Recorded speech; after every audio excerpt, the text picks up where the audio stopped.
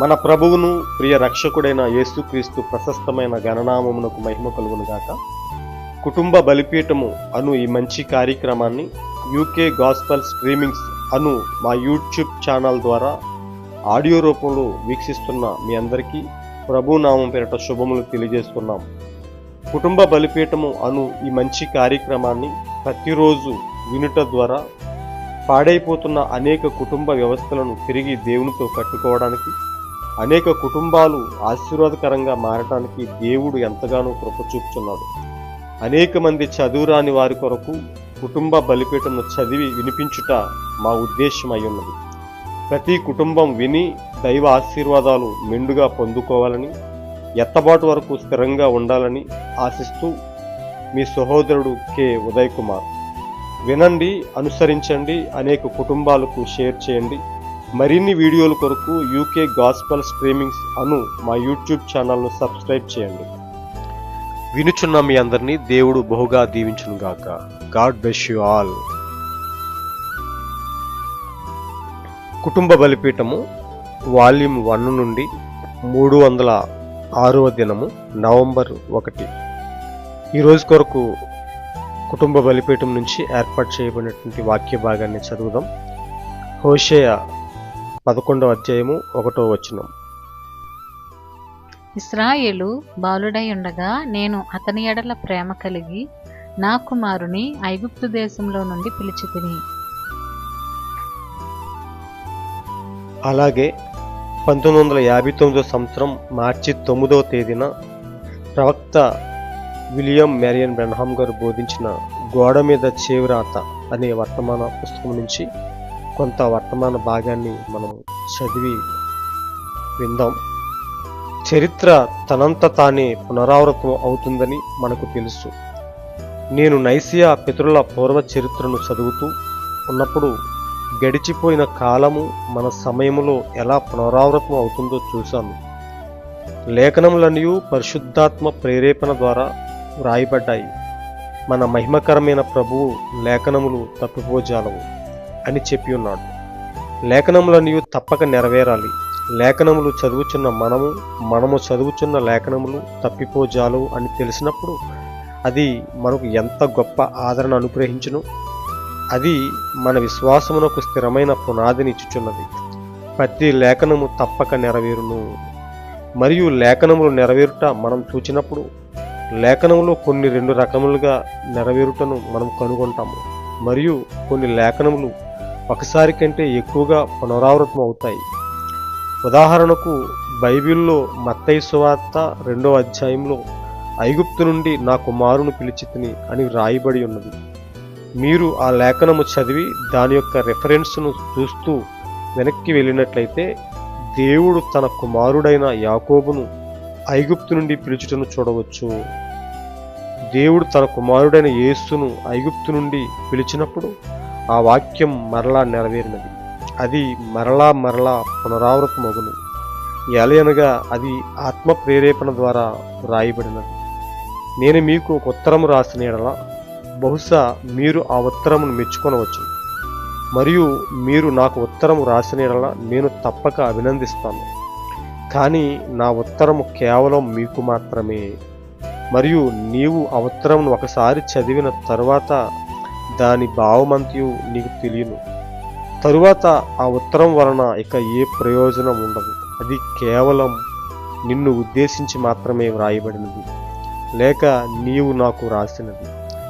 కానీ దేవుని నిత్యమైన వాక్కు ఆ విధమైనది కాదు. అది ఆత్మాభిషేకంతో వ్రాయబడినది. అది అన్ని కాలములలోని ప్రజలందరికీ వారందరి అవసరతను తీర్చెను. అందును బట్టియే అది మరలా పునరావృతం అవుచున్నది. అది చరిత్రలో కదులుచున్నది, మరియు చరిత్ర దానితో కదులుచున్నది, మరియు ఎన్నడూ దాని విలువను కోల్పోలేదు. ఎందుకనగా అది నిత్యుడైన దేవుని యొక్క నిత్యమైన వాక్యము. అది ఎన్నడూ దాని విలువను కోల్పోలేదు. దేవుడు ఈ యొక్క చిన్న వర్తమాన భాగాన్ని మన కొరకు ఆశీర్వదించునుగాక.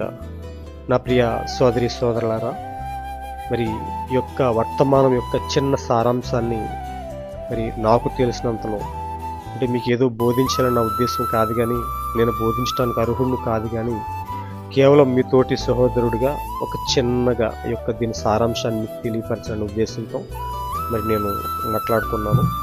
దేవుడు ఎన్నడూ మారినవాడని, ఆయన యొక్క వాక్కు ఎన్నడూ మారినదని మనకు తెలుసు. వాక్యం ఎన్నడూ మారనిది. మనము హెబ్రీ 13:8 వచనాన్ని మనం గమనించినట్లయితే, 13వ అధ్యాయము 8వ వచనాన్ని మనం చూసినట్లయితే నిజంగా అక్కడ దీనికి సరిపడా వాక్యం మనం చూడగలుగుతాము.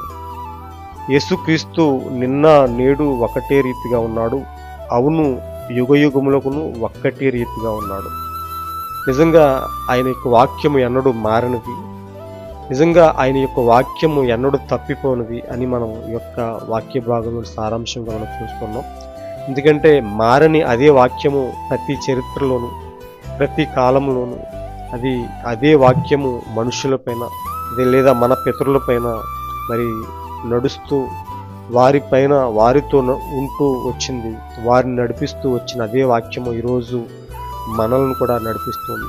వాక్యం ఎన్నడూ మారదు, కానీ చరిత్రలో అదే వాక్యము పునరావృతం అవుతూ వస్తుంది. ఒకసారి ఈ యొక్క మన పితరులపై అల్లాడిన అదే ఆత్మ తిరిగి మన మీద కూడా ఈరోజు అదే ఆత్మ అల్లాడుతూ వస్తుందని మనం చూస్తున్నాం. ఏలియా పైన ఉన్నటువంటి అదే ఆత్మ ఎలీషా పైకి వచ్చినట్టుగా, ఎలీషా పైన నడిచిన అదే ఆత్మ బాప్తిస్మమిచ్చి యోహాను పైకి వచ్చినట్టుగా, బాప్తిస్మిచ్చి యోహాను పైన అల్లాడిన అదే ఆత్మ ఈరోజు ఈ చివరికాల ప్రవక్త అయిన మన విలియం బ్రనహాం మీదకి వచ్చినట్టుగా మనం చూస్తున్నాం. నిజంగా అదే ఆత్మ ఈరోజు లవోదిక సంకరంలో మనల్ని కూడా నడిపిస్తూ మనల్ని దినదినము ఆయనలో మరి ఎదిగేటట్టు సహాయం చేస్తూ నిజంగా మనల్ని ఎంతగానో వాక్యానికి దగ్గరగా ఉంచుతున్నట్టుగా మనం చూస్తూ ఉంటాం. ఎందుకంటే వాక్యం ఎన్నడూ మారదు, కానీ వాక్యము ఎప్పుడు పాతది అవ్వదు, కానీ వాక్యం ఎన్నడూ ఒక్కటే రీతిగా పనిచేస్తుంది. ప్రతి కాలంలోనూ ఒకటే రీతిగా ఉంది. చరిత్రలో వాక్యం ఎన్నడూ మారలేదు.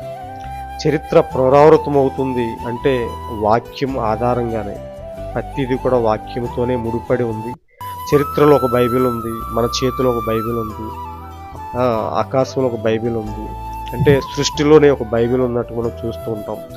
అలాగే వాక్యము ఎన్నడూ మారదు, కానీ అదే వాక్యము తిరిగి మళ్ళీ పునరావృతం అవుతున్నట్టుగా ఈ యొక్క వాక్య సారాంశము, ఈ యొక్క వర్తమాన యొక్క సారాంశాన్ని మన యొక్క ప్రవక్త అయినటువంటి విలియం బ్రనహాం గారు మనకి తెలియపరచడం జరిగింది.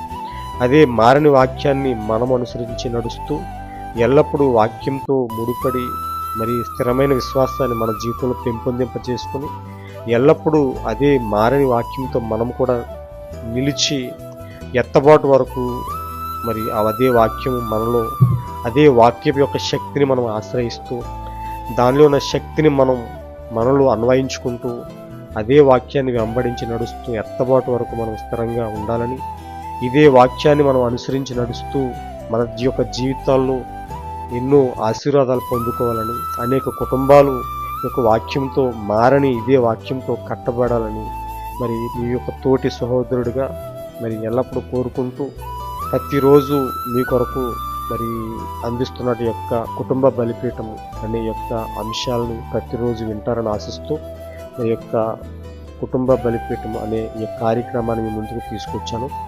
అందరూ కూడా చక్కగా వినండి, ప్రార్థించండి, దేవునిలో మంచిగా విశ్వాసాన్ని పెంపొందింప చేసుకోండి. ఎత్తబాటు అనే మంచి అంశంలో మనం అందరం పాలుభాగస్థులం అయ్యేటట్టుగా దేవుడు ఎల్లప్పుడూ మన పట్ల కృప చూపి నడిపించును గాక. God bless you all. Amen.